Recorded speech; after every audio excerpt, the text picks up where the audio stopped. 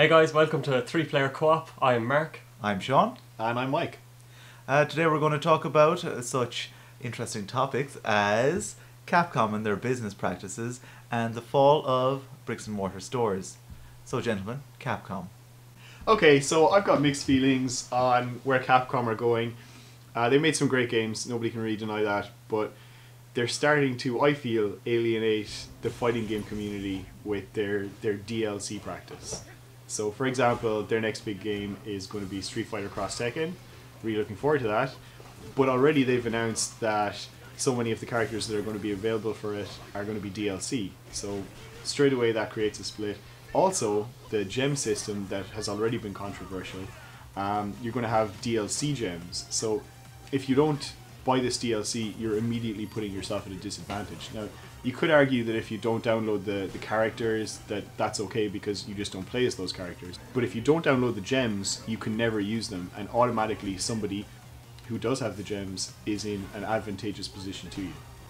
The other problem with that then is for tournament organisers, they essentially have to get the DLC and the gems and everything else that comes with it, because otherwise you have someone who arrives and they say, oh, I played this character, and you have to either break the news to them that they can't play it there, or you have to find some way of making them happy. And the other problem I have with that is that Cody and Guy were both revealed in like the original trailer, or one of the very, very early trailers, and then are released as, or leaked as DLC. So they've expanded a little beyond simple costumes and they're just annoying people. We've already seen, as Mark said there, if you're organising tournaments, so Shu Magorath and Jill Valentine were DLC for Marvel vs. Capcom 3, and then they were still DLC for Ultimate, which was a serious slap in the face. That was beyond insulting. So we've already seen how that causes issues at tournaments, and now we're talking about 4 characters. And that's before we get into the likes of the Sony exclusive characters, such as 2 imaginary cats, Cole, Pac-Man, and a Mega Man that people wanted in Ultimate Marvel vs. Capcom, and then all of a sudden they get a knockoff Mega Man in a game that they're not really looking forward to. A really cool Mega Man though, he's old school, he's 80s, that's awesome. Yeah, but he would have been a brilliant fit for the Ultimate Marvel vs. Capcom universe, whereas this is Street Fighter, and he has no logical place in this game. The other interesting thing with that is, I saw it written that Microsoft should have stumped up for money for getting their own characters or their own imaginary mascots, like a Red Ring maybe. And then the news was broken that Dragon's Dogma would get the demo of Resident Evil 6 early. Well, it is Resident Evil and it's vastly more important than Street Fighter, let's be honest. They're only getting it early. I mean, they're just never getting those characters. Well, or it seems unlikely at this point. It's a big deal. As you say, it affects tournaments, and they're building their games for tournaments. They know that that's a big deal for them, and now those characters just can't be used. But you're a Resident Evil fan, so if it was released on PlayStation 3 early in demo form, would you go for that over Xbox, or what would you do? Well, I like to think I'd be sensible about it, but we all know the truth. I'd probably go out and get it on PS3. But yeah, we'll see. I mean, I don't know if I'm going to get Dragon's Dogma. It depends on the reviews. It looks good, but does it look good enough to buy, especially for a demo? Though it could be a case of opening it, tossing the game aside and just putting in the demo. Do Capcom really need to do all this selling their souls or their brand to the highest bidder at this point? It wouldn't appear so. We don't know what's going on behind the scenes at Capcom, and obviously they like money, and both Sony and Microsoft have lots of money, and Capcom, I suppose, have a certain level of power, I mean, they have these huge IPs, and why not make a little extra off them? Where do you stop and say, you know what, this is a business practice that might earn us some extra money, but is it in the best interest of the fans? Or long term? The customer. Fans is one way to look at it, and we consider ourselves to be fans. But Capcom, by right, should consider us to be customers. And, I mean, you want to keep your customers happy while still making a profit. If you're just draining them of money, you're going to get to a stage where people say, you know what, this is enough, I'm not really happy to support you anymore. We all saw what happened with the rhythm action games. So you had Guitar Hero, and it was great, and then the Harmonix guys, they made Rock Band, and that was great, but Activision flooded the market with Guitar Hero games, and people just weren't interested after a while. You mean you didn't like Guitar Hero 17? No, I felt it just lacked something in comparison to 15. The quickening. Yeah. So I don't know, I think there's a danger that Capcom could alienate fans, and that's not going to be good for anybody. They're overdoing Resident Evil a little this year, and this is from me, a rabid fan, especially with Operation Raccoon City, which by all accounts isn't great. It's essentially SOCOM with zombies, and that's not that threatening. It could turn out to be okay as a full product. I think a good litmus test is if you removed the brand from something, would the game still be good? So, for example, just because it's current, the remakes of the Metal Gear Solid game, if Metal Gear Solid 3 didn't have the Metal Gear Solid universe, it would still be an outstanding game. If Yeah. Resident Evil 4 wasn't a Resident Evil game, it would still be an outstanding game. If this Operation Raccoon City game didn't have Resident Evil branding, it probably wouldn't be being made. And it would be largely ignored even if it was released. Especially after releasing Revelations, which is just brilliant. I mean, I drew the line of buying the Circle Pad Pro to make it that little bit extra brilliant. But sometimes you just have to turn to Nintendo and say, 9. So, tell us what you think of Capcom's business decisions in the comment section below. And from buying games online, or buying DLC online, to buying games on the high street, what about games' recent financial troubles and generally the fate of bricks and mortar stores? And I suppose it's sad to see. I mean, I've worked in retail in game shops, and it's nice from a customer point of view being able to go in and have a browse and look at recent sales and things like that.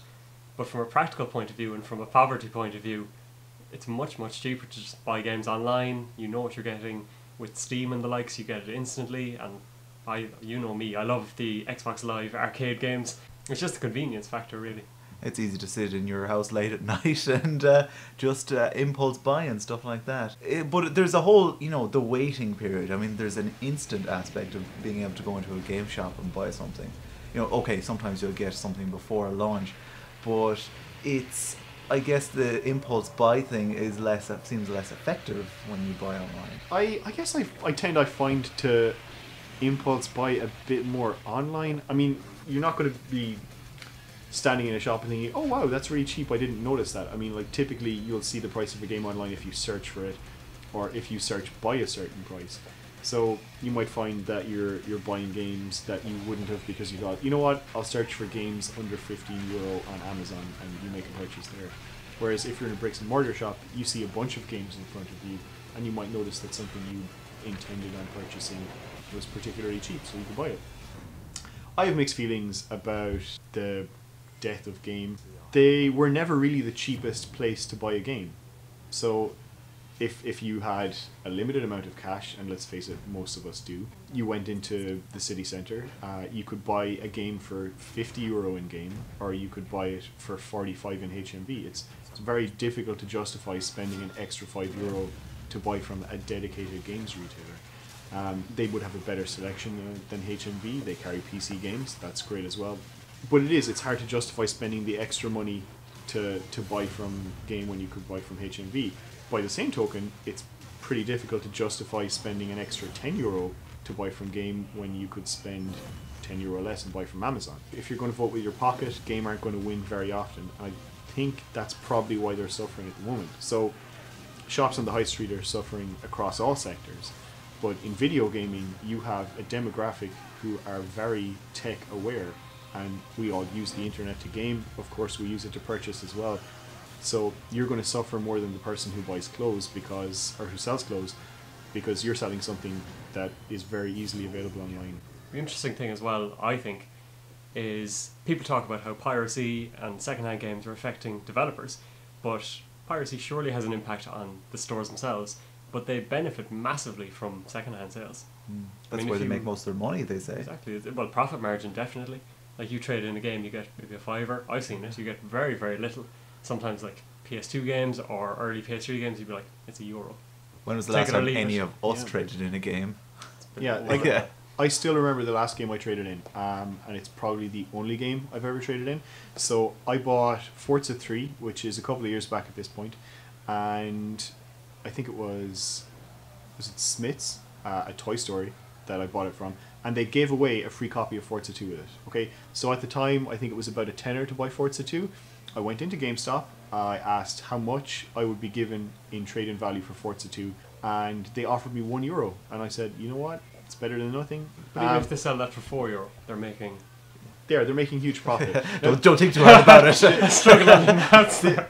Well, we all hear about GameStop's little ways, and they're trying to sell insurance and strategy guides at the counter, almost to the extent of being irritating. That's not the staff's fault. I'd like to make that very clear. I've had to do it, and you don't feel good doing it. You realise the person on the other end is a gamer, or realises that they don't pick up games and just start like scratching up their cat or using it as a mixing desk or anything like that. Of course.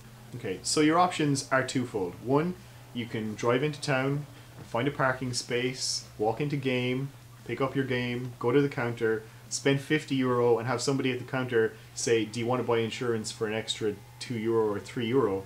Or you can sit on your couch, turn on your laptop, go to amazon.co.uk, spend €10 less and have the game shipped to you. Waiting for 5 days though, there's such a joy in going, ooh, I could play Modern Warfare 3 today. Okay, so to counter that argument, I bought Gears of War 3 from GameStop. I got it the day before it was released, so I think it came out on, was it the 20th of September? I've got about 5 achievements, and it's embarrassing that this is important to me, but I have 5 achievements on my account that are dated from the 19th, which is a permanent record that I played this game before the vast majority of people in the world. I got it sent, and GameStop included a nice notice that said, please do not play this until the 20th of September. Let's face it, nobody's enforcing that, so everybody is going to play it early. I did. As far as I know though, every time anyone played it early, Cliffy B shed a single tear, and that's just not right. And he knows, don't he knows joke he about can come for Cliffy. you now. Don't joke about Cliffy. He knows, Mike. But then what can game do to survive and then thrive in a tough marketplace and one that's going through a lot of transition? I mean, even H&B they're talking about is suffering. GameStop closed stores in the north of Ireland, and I'm sure there's problems across international stores that we don't hear about here. And they have to deal with things that online stores just don't have to deal with, like rents and, keeping staff fed and watered. So yeah, no, there are a whole bunch of factors, and we just know that they're struggling to survive, so their high prices are there for a reason. I think you have to get to a stage where as a business you seriously look at your business model and say, is this working for us?